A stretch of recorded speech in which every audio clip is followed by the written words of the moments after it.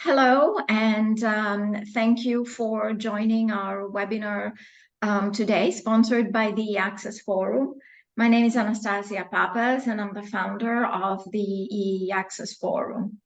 It's a great pleasure for me to welcome Etienne Espagne today, who will present his paper on cross-border risks of a global economy in mid-transition. It's one of the very few papers that at least I have seen that attempts the Herculean task of providing a comprehensive summary of how national climate-related policies and risks spill into the global economy and how, in turn, global decarbonization affects the national economies. Etienne is a senior climate economist at the World Bank and an associate researcher at CERDI. His research focuses on building theories, models, and methodologies to assess the macrofinancial aspects of low carbon policies, as well as climate and nature impacts, especially on developing and emerging economies. He co-leads two major programs at the World Bank on analytical tool development and capacity development for finance ministries.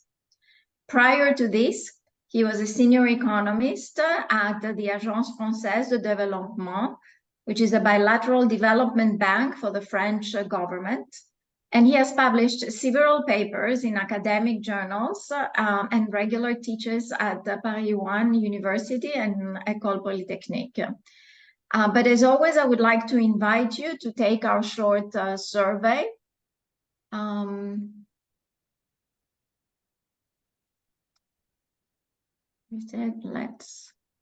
So the first question is, what do you think are the most important features of a mid-transition period? The options are stranded assets and financing constraints, technological mismatch between low carbon and fossil fuel. And the other one, the last option is abrupt changes in trade patterns. The second question is via which channel the low carbon transition could most likely affect geopolitics.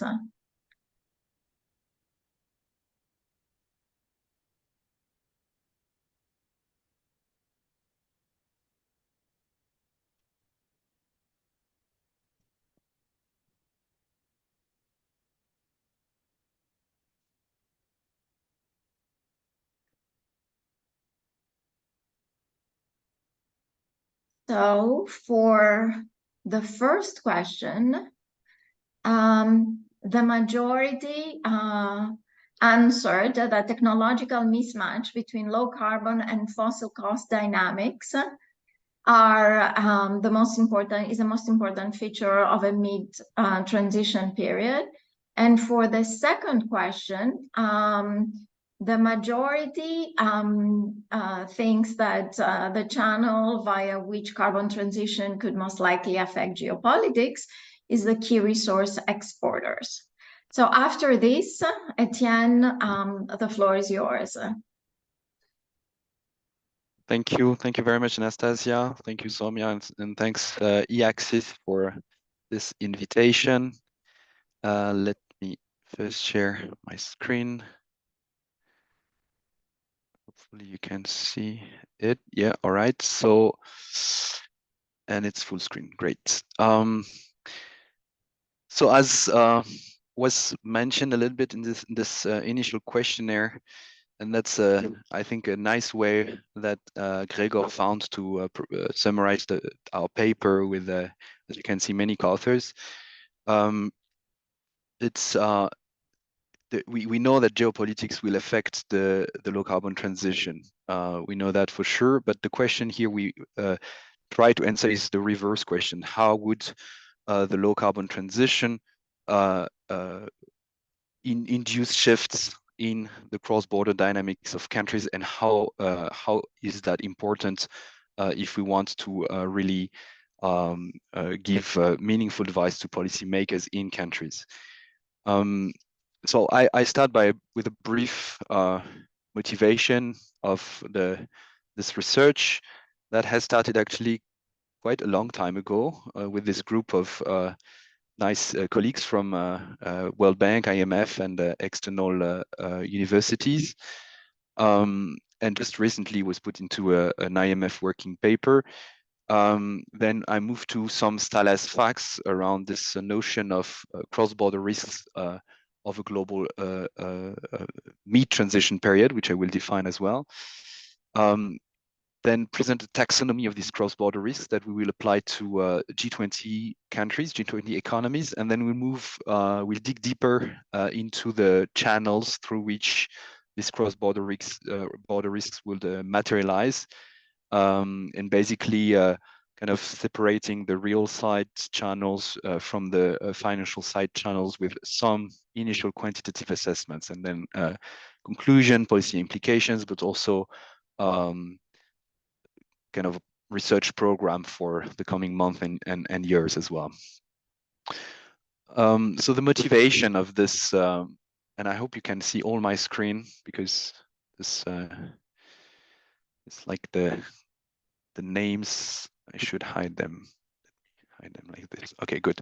So the motivation of this research is about understanding the cross-border risks from globalization, which let's say was the state we were in the past decade or so, to a global decarbonization that still needs to be defined.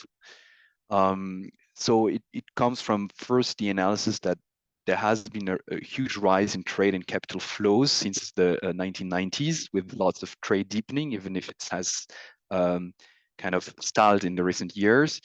And a global productive structure. We have experienced that during the COVID crisis. That makes all the sectors, supply chains, very sensitive to even small shocks that could occur in one specific country. So the question is, in this particular context, what would an abrupt decarbonization entail? What does it mean for a specific country in terms of its fragilities, external fragilities, and what does it mean for the global economy as a whole in terms of the way we should try to understand decarbonization pathways? If you look at IPCC reports, here it's the latest IPCC report, you usually can find this kind of smooth pathways that show the baseline, which is the trend from the policies that are currently implemented, and different other more ambitious pathways that try to reach the Paris Agreement targets. And you have this discussion around what this implies for sectoral level decarbonization, and then some kind of disaggregation about what this could imply at country levels. But you usually don't have the potential impact in the relations between countries of such different pathways. And that's a little bit the question we're trying to ask in these papers. Obviously, there could be different dimensions to it, the trade dimension, the capital flow dimension, but also there could be also social and job employment dimension to these external vulnerabilities of the transition. So the research question is really, why are cross-border risks and opportunities in the meat transition an important macroeconomic and policy challenge? We'll produce some key stylized facts of these cross-border risks, and we'll try to apply them through different indicators to G20 countries. We try to answer also what are the macroeconomic and financial channels of cross-border risks and opportunities arising from countries or sectors choosing different structural economic transformation pathways. So we look at the potential channels and feedback loops of these cross-border risks, depending on the initial conditions of a specific country. And then we'll try to answer also, how can these cross-border risks be quantified? We'll use an existing model or combination of model, E3ME FTT, which combines macroeconometric model and a technology transformation model to estimate the real side channels of these cross-border risks. But we'll also give an indication of the financial channels of these different cross-border risks. Let me move to some stylized facts of the current period we are in, and highlighting first how global macroeconomic trends could influence and shape cross-border transition risks at the country level. Just taking 5 key points, 5 key recent trends that should be taken into account when we start discussing transition dynamics at a country level. First point is the geo-economic fragmentation that has happened over the last few years, and that was highlighted in a quite recent paper by IMF paper as well. And taking a few graphs from this IMF working paper, we can see through a number of indicators how these geopolitical risks materialize, either looking at trade restrictions, looking at the mentioning in corporate presentations of reshoring, offshoring, friendshoring, nearshoring, or looking at other kinds of indicators. Geoeconomic fragmentation is happening, has started to happen in the last few years, and this new geopolitical rivalry has necessarily some strong effects on the potential decarbonization pathways that we should consider. So reshoring could somehow reduce some cross-border risks. So countries are incentivized to reshore their manufacturing capabilities, shorten the value chains. But at the same time, this exemplifies this increase the potential cost of decarbonization, and some countries might not benefit from the technologies reduction costs that could happen in other parts of the world. So you kind of have different types of effects out of this geoeconomic fragmentation on the low carbon transition dynamics. Second point is the rise of renewables dominance, which is very much described in the latest IPCC report. We can see on the left-hand side how the cost of photovoltaics, at least onshore wind, but also offshore wind, solar, is starting to get to be equal to the equivalent, the fossil equivalent, and at the same time you have the adoption rate that increases exponentially for most of these technologies. Then you could have a more refined vision by country, where some countries would have already reached the tipping points for some of those technologies, where really the adoption rate is so high that this technology is becoming dominant, while for many others still we are a little bit before the tipping point. But at least what the clear message is that there is an irreversible trend in the reduction of the cost of low carbon technologies, which has also strong implications for cross-border transition risks, which are rather positive in this case, that these international spillover effects will likely gain, suggest that most regions will likely gain access to low-cost solar at least, and probably other renewable sectors as well. So even with limited capacities to implement policies or to develop your own industries, emerging or developing economies could still benefit from switching to these technologies. Third important trend, recent global trend that affects the national context and that has cross-border implications, would be the emergence of industrial policy as a new key economic policy instrument for the developed world and China. So you have, of course, the IRA law in the US. You have the Chinese experience of strategic planning, and you have more recently the European Union trying to catch up with the IRA law, and also kind of protecting its own industry through the carbon border adjustment mechanism.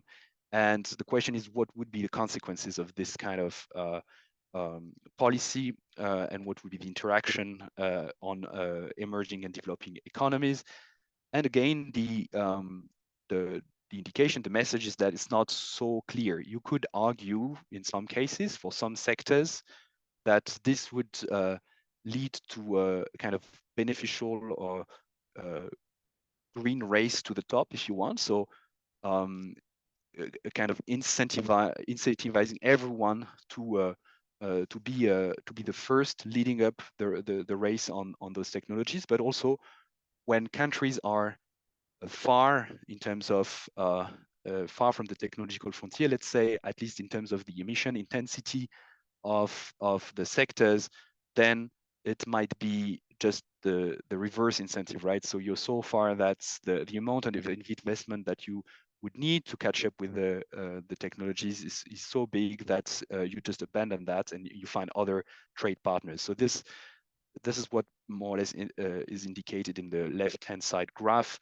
where you have the 5 sectors covered by CBAM, and you have the emission intensity in each one of the sectors for EU countries and for non-EU countries. And you see that probably when the emission intensities are quite close between EU countries and non-EU countries, then you could have this virtuous cycle where non-EU countries would be willing to catch up with the EU industries and kind of compete with them, while when the emission intensity are quite divergent, then probably the main effect of CBAM will be for those emerging and developing economies to find new trade partners that would not restrict trade based on emission intensity.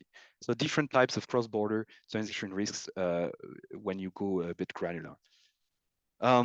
Fourth point is the high inflation regime that's maybe emerging and maybe there for a long time, and the consequent monetary policy tightening that is happening in the US and Europe, and the ripple effects on the emerging world. So this, I think, is one of the things that is more discussed generally, that the monetary policy tightening by the Fed and the ECB leads to higher capital costs for the emerging and developing economies, and because also of the tendency of renewable energy or renewable sectors to be capital intensive, then the let's say the cross-border effect on renewable energy investment is really strongly biased against this renewable energy investment. So that's one effect of this new regime that has emerged. In the short run, it's quite negative. In the longer run, it all depends, of course, on the policy reaction to this. And you could imagine, and that was a hot debate in the US, a bit less in Europe, but that this would spur mechanisms to control prices on essential commodities or essential industries. This is not yet, we are not there yet, but the long run aspect strongly depends on the policy reaction to this new regime of high prices, high inflations. Of course, and that's quite obvious, the ongoing impacts of climate change will just exacerbate most of these trends. If you look at the energy sector and what would be the impacts of climate change on each one of part of the usual energy mix, you get the picture, well, the table on the left hand side, where basically temperature increase, precipitation, of course sea level rise, but a bit more wind, cyclones, wildfires. These all have disturbing effects on not only the fossil sectors, but also on the renewable energy sectors. And so that this will just increase the cross-border effects of a global decarbonization. In reverse, for the big countries, big in economic sense, of course, emerging, but also the developed world, the choice they're making obviously constrains the choice for global decarbonization. So that's the reverse effect, right? The national drivers interact with global trends, and this will also be decisive. That's the other part of the cross-border effect. Let me now move to this notion of mid-transition. and try to define it a bit better. So what we're entering in view of these different trends that I described, but mainly because of this irreversible reduction of costs of low carbon technologies, we are in the transition process. We are probably at the beginning of the transition process, but we are there. There are economic signs of this happening. But what we should try to get grip on is not what happens in 2050, but what happens in the next decade, when we will have together constraints between a fossil system and a zero carbon system that will coexist and impose constraints on each other. So that's the definition of mid-transition that we take from a paper by Grobert and Hastings-Simon from 2022. And this mid-transition period is highly likely to be quite unsustainable, where you would have periods where supply of energy will be above demand and other period where demand will be above supply. We experienced that actually. I give two references from the Financial Times, 3 years of time difference, where there were fears of an energy price surge that percolate through sectors, March 2023, versus you remember the famous moment when US oil price were below zero for the first time in history. That was in April 2020. So typically, this kind of instabilities create coordination problems for the smooth decarbonization or phase out of sunset industries. And we have to think those specificities of the mid-transition period, because these are the concrete policy decisions that we will be facing in all countries. So let me move to now a taxonomy of these cross-border risks, which we summarize by these two graphs. On the left-hand side, you have a kind of archetype of country exposure to the low carbon transition, where we choose to summarize the whole world, or all the countries in the world through five archetypes. One is the typical clean tech importer. We have the fossil fuel exporter, the clean tech exporter, the critical mineral exporter, and the fossil fuel importer.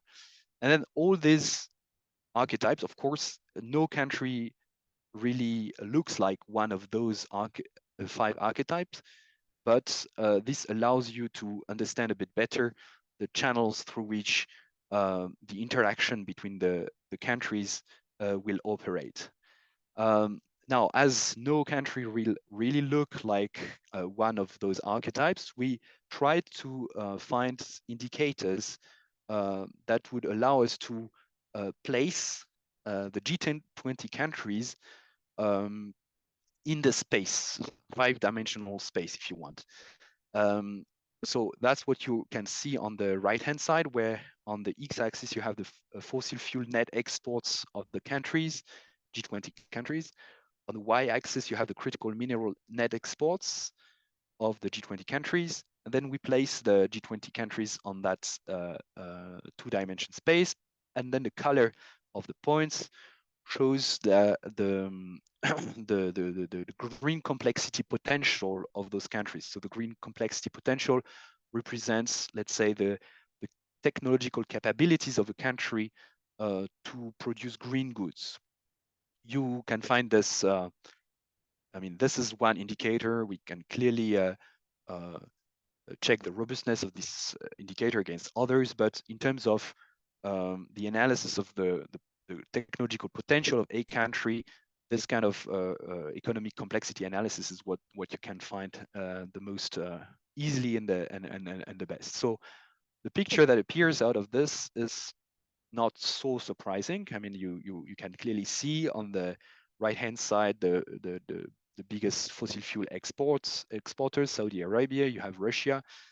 You have high in the graph. You have South Africa and Australia, And then you have a big group of countries that are, let's say, more or less around zero or negative on the critical mineral export side or on the fossil fuel export side. So they belong to the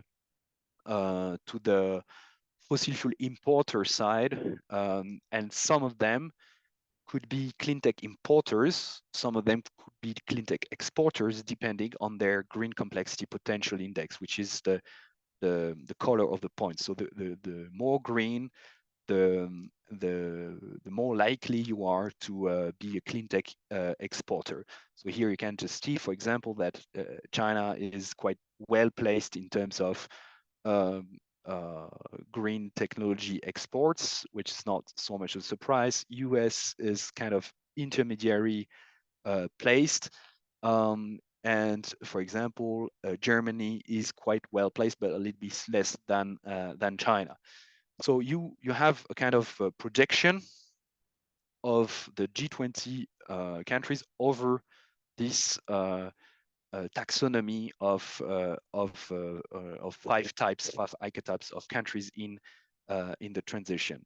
And in that sense, this also gives you an idea of the global political economy of the transition that will come out of this, the interaction between these countries, right? So you kind of guesstimate the position that these countries will take with regard to the transition dynamics, the type of coordination that they will want to develop, etc., etc. So you have a kind of good summary of the cross-border risks that will emerge in the coming years out of this initial picture. Now, let me move to the more deeper description of the key channels through which this cross-border risks might materialize, and again, separating the real side channels from the financial side channels. So we did some nice graphs here. You will see they evolve and they complexify little by little, starting from the very simple framework where you have the global decarbonization trend that tends to drive the domestic decarbonization trend. Also, that means basically we have reached some of the tipping points globally on renewable energy. So that tends to favor also the domestic decarbonization trend. That tends to favor investment in low carbon technologies. That tends to lower further the renewable energy costs. And this feeds back to the global decarbonization trend. So this is the kind of a positive feedback loop where the energy transition is a self-reinforcing process, where deployments decrease costs, which facilitates deployment. But also you could have sometimes, for some sectors, some supply chain bottlenecks emerging. We talk a lot about critical mineral constraints, for example. But actually, it's not just critical minerals. It could also be down the supply chain, refineries, for example, of critical minerals, or even the more industrial stage of the renewable energy sectors, where supply chain bottlenecks could arise, and then kind of reverse this virtuous cycle. Now, as renewable technology would be traded internationally, at least the deployment of renewable technology would be traded internationally during the transition period. But in the end, electricity is not expected to become widely traded internationally. So that the current picture of global trade that you get right now will be completely different in, let's say, 2050, when hopefully we'll have decarbonized. Basically, global trade, all other things equal, should have shrinked a lot. Currently, lots of the trade is due to fossil. In the 2050 landscape, the trade will be fossil trade will have hopefully disappeared, but then it will not be replaced by renewable technology trade, because this is very much a domestic product once renewable technology are installed. So this will shift profoundly the trade balance of countries, with some potential important effects during the mid-transition period, not only trade balance, but then the foreign exchange reserves, the impact on the exchange rate and inflation. So this is another channel. And I think that's the last one. But finally, the employment channel will be also very important. I talked earlier about the green race. So that's very much also a green race towards onshoring the jobs of a low carbon economy, and there will be shifts of employment across countries that also like to generate a specific kind of cross-border imbalance, cross-border risk. So in this paper, we've attempted to quantify part of these channels using the E3ME FTT model. I'm not part of the E3ME FTT modeling community. That's very much my co-authors Jean-François Mercure for FTT and Hector Pollitt for E3ME. But I will just summarize very briefly the key features of these two coupled models.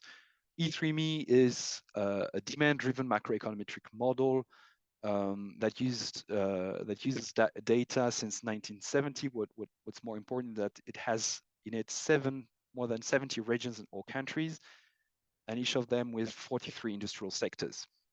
So yeah, that you get a quite granular assessment of sectoral transformation, and then this model is coupled with the FTT model, which is a technological change model using the typical S-shaped profile of technology diffusion, where basically the more you learn, the more you adopt technologies, the more the costs are reduced, which leads to further adoption and further cost reduction. So this kind of process of self-reinforcing process is what is modeled really in FTT and then empirically estimated over the key sectors of the low carbon transition.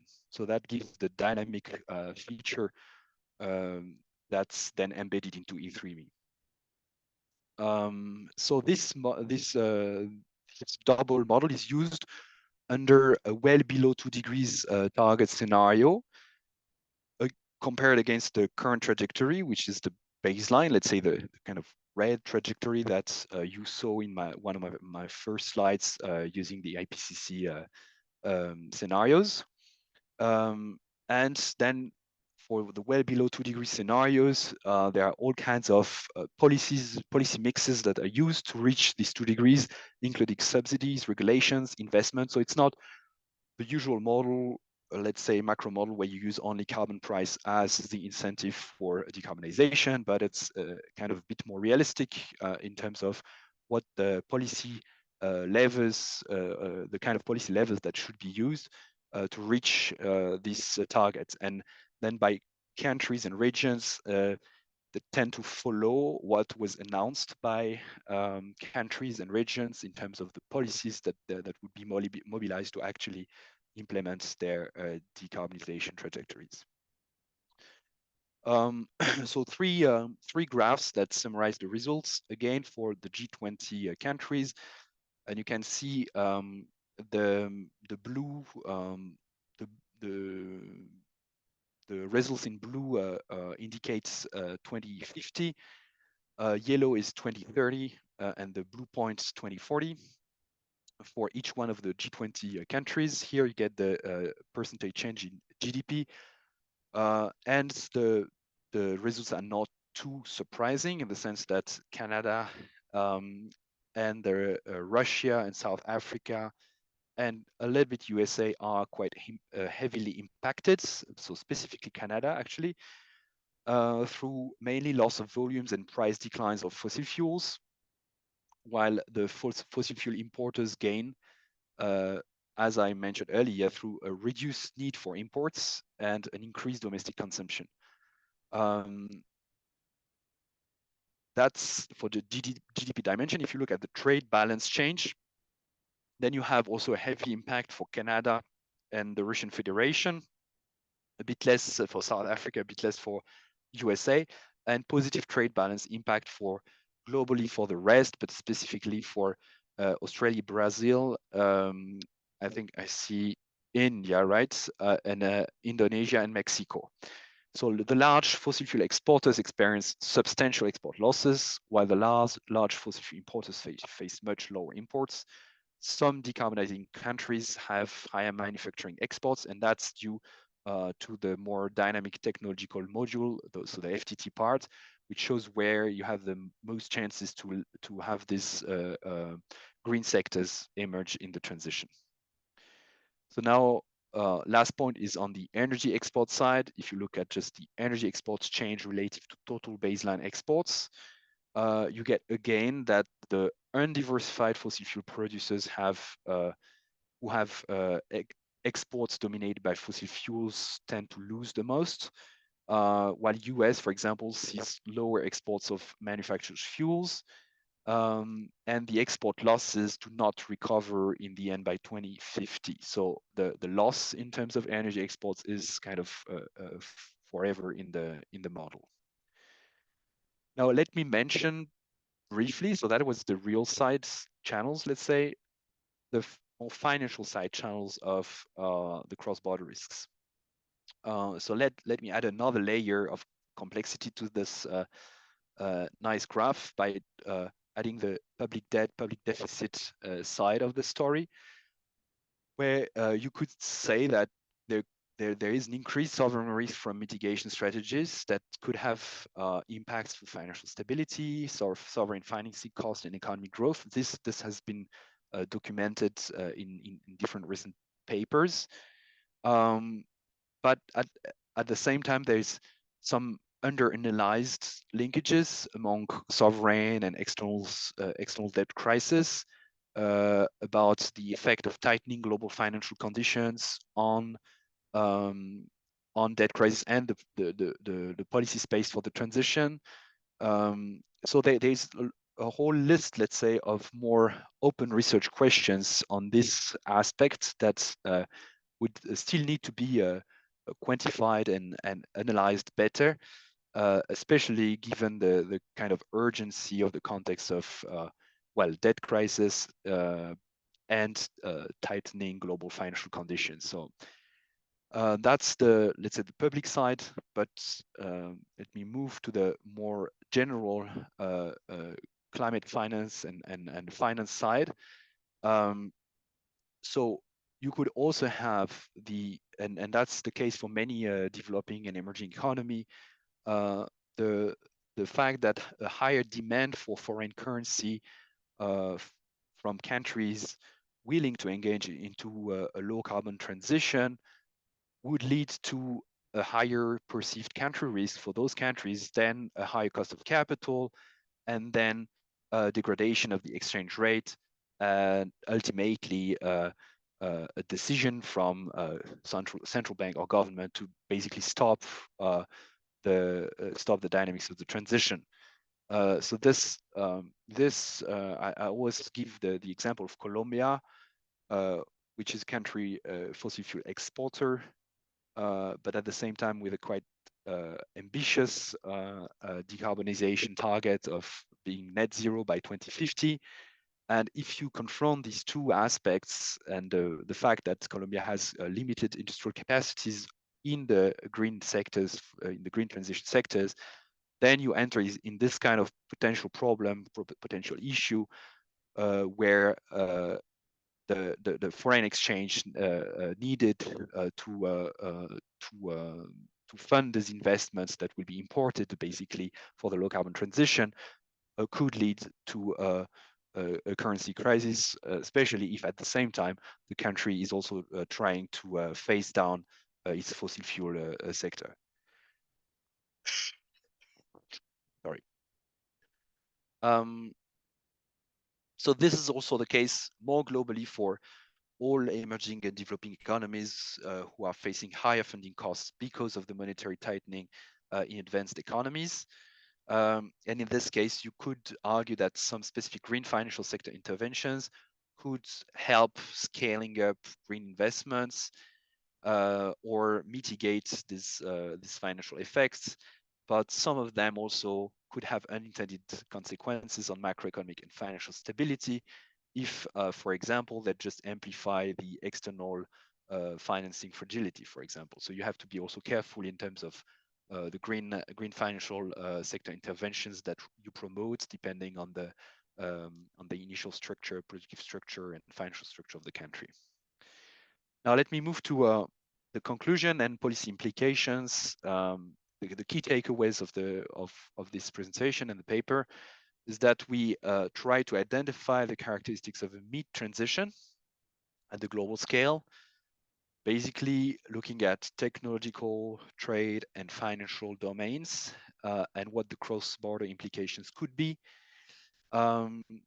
We see that the global macroeconomic context plays an amplifying role of these cross-border risks. We show also that national trends may have feedback effects at the global scale, and we propose a preliminary taxonomy for G20 economies of these mid-transition cross-border risks. Now, we then outline a general framework for analyzing channels of transmission of cross-border risks.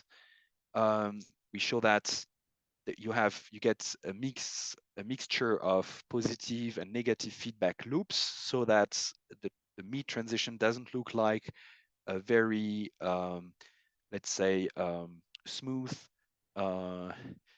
pathway of an economy at equilibrium, but rather it looks much more like a razor edge pathway, where if you don't maneuver well, you could fall into different kinds of traps that we indicate in the technological, trade, and financial domains. So there are few reinforcing loops, but one of them is clearly the technological change loop that tends to make the transition faster. But in the other aspect, all the other feedback loops that we have identified tend, on the contrary, to let's say be a burden on the transition. So then we try to quantify some of those cross-border risks by using the E3ME FTT model.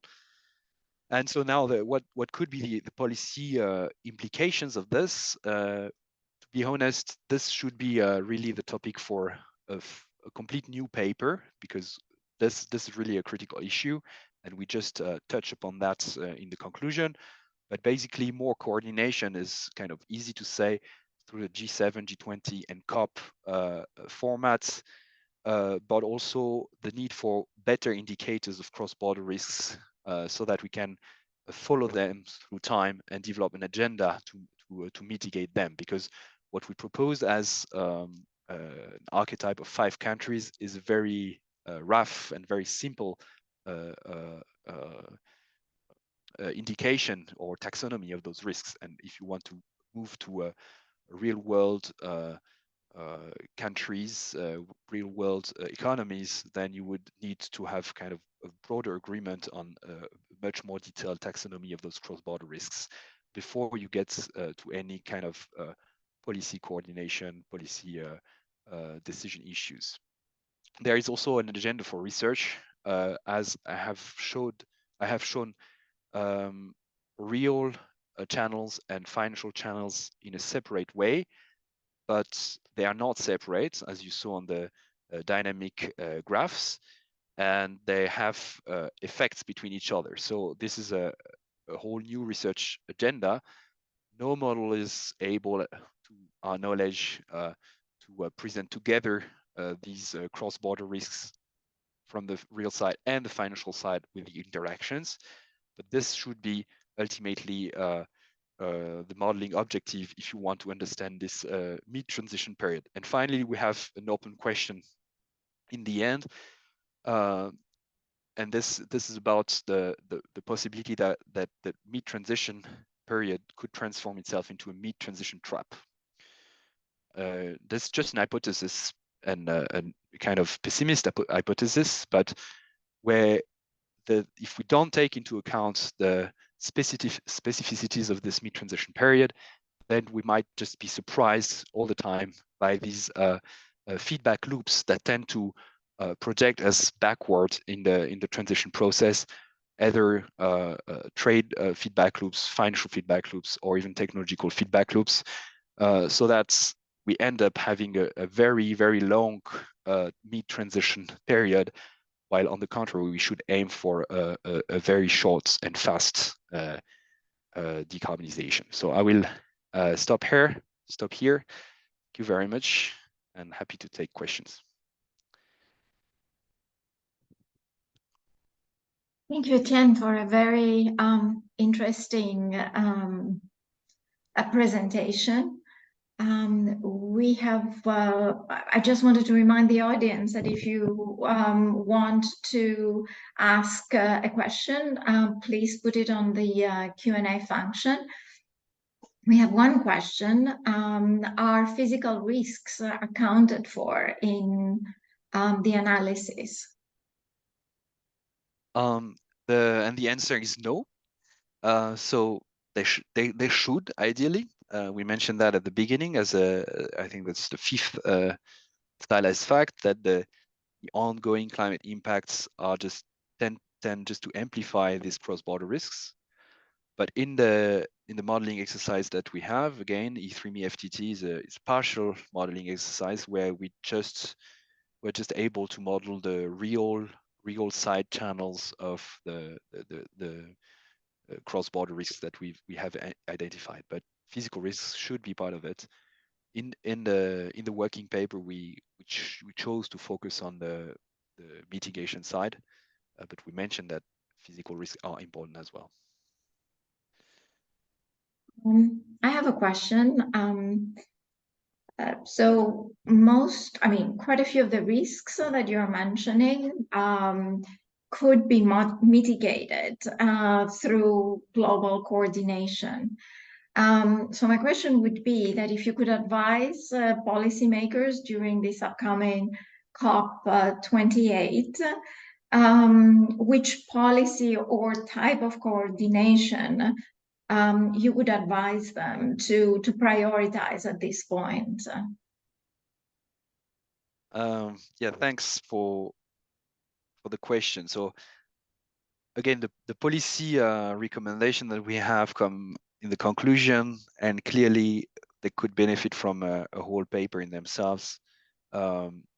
We haven't drawn all the implications, I think, in terms of policy of this notion of cross-border risks in mid-transition. But what we could say is maybe COP first is not the best place to coordinate on those specific issues.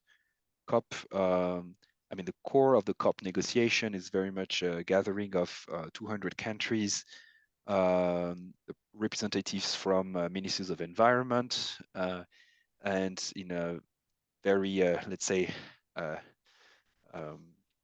very constrained set of issues that have been defined in the Paris Agreement.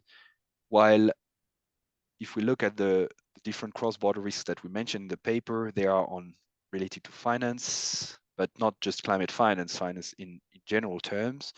They're related to trade, and they're related to technology.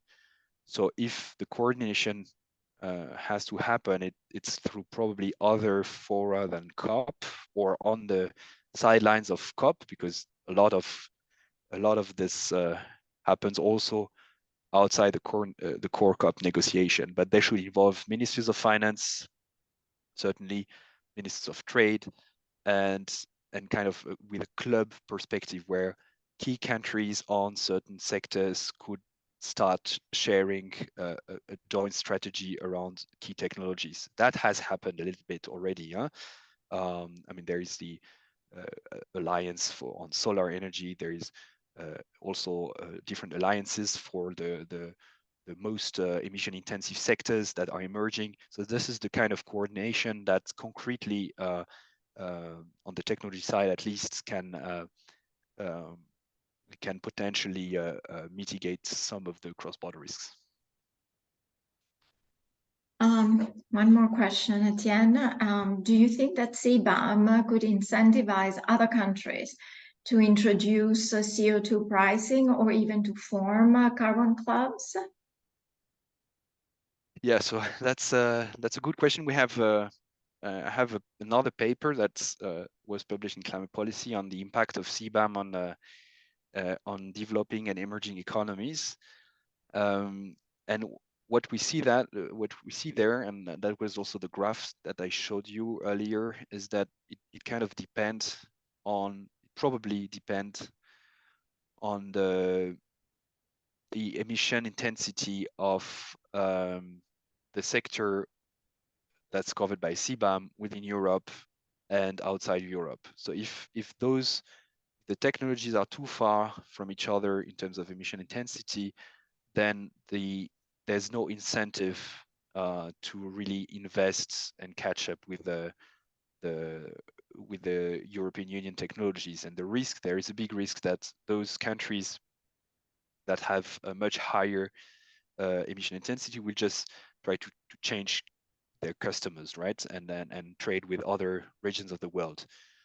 When the technological gap is less big, then probably that could be an incentive indeed to introduce some carbon pricing, and then instead of giving it to the European Union, take the fiscal revenues at home. So that, but largely probably there is a kind of a non-linear effect depending on the distance, technological distance of the country to the average of the European Union.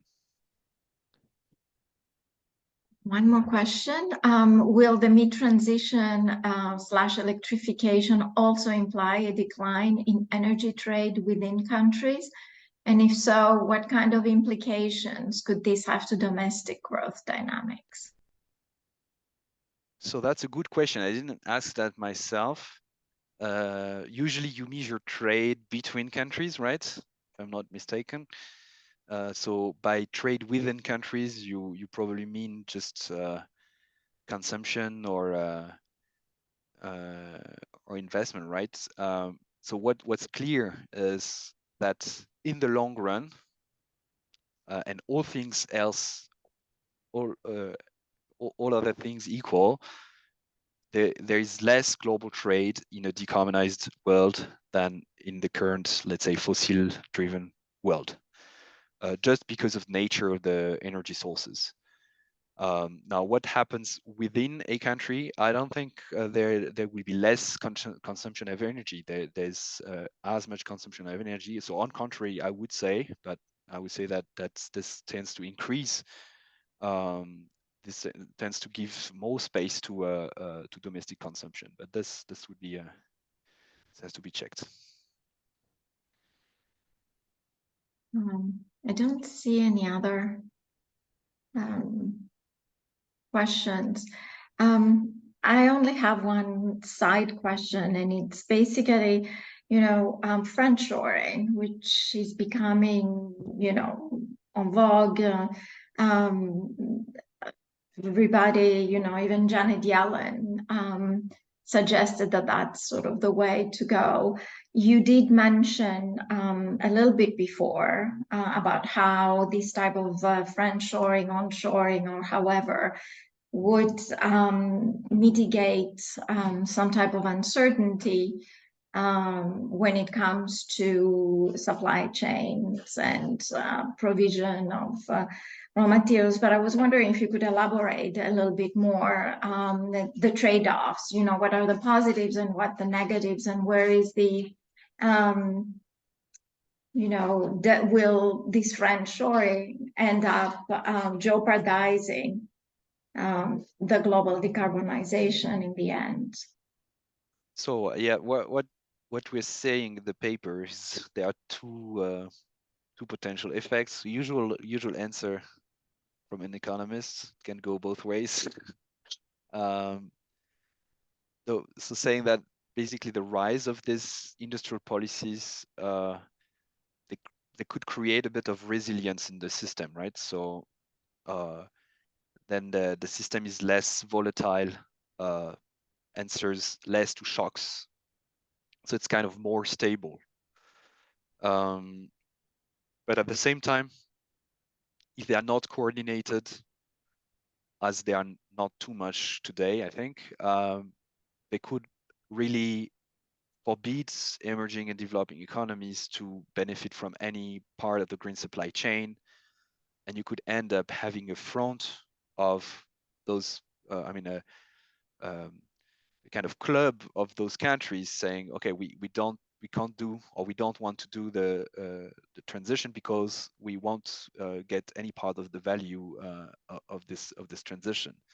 So again, there's need of specific coordination to make sure that it's not just the US through IRA, China and Europe that benefit from it, but it's also other countries. At the same time, you also see, especially for the countries that are critical mineral exporters or potential critical mineral exporters, you see a lot of discussions around, okay, we're okay to export our critical minerals, but we want you to invest in the downstream supply chain in our country. We want some of the value downstream in our country.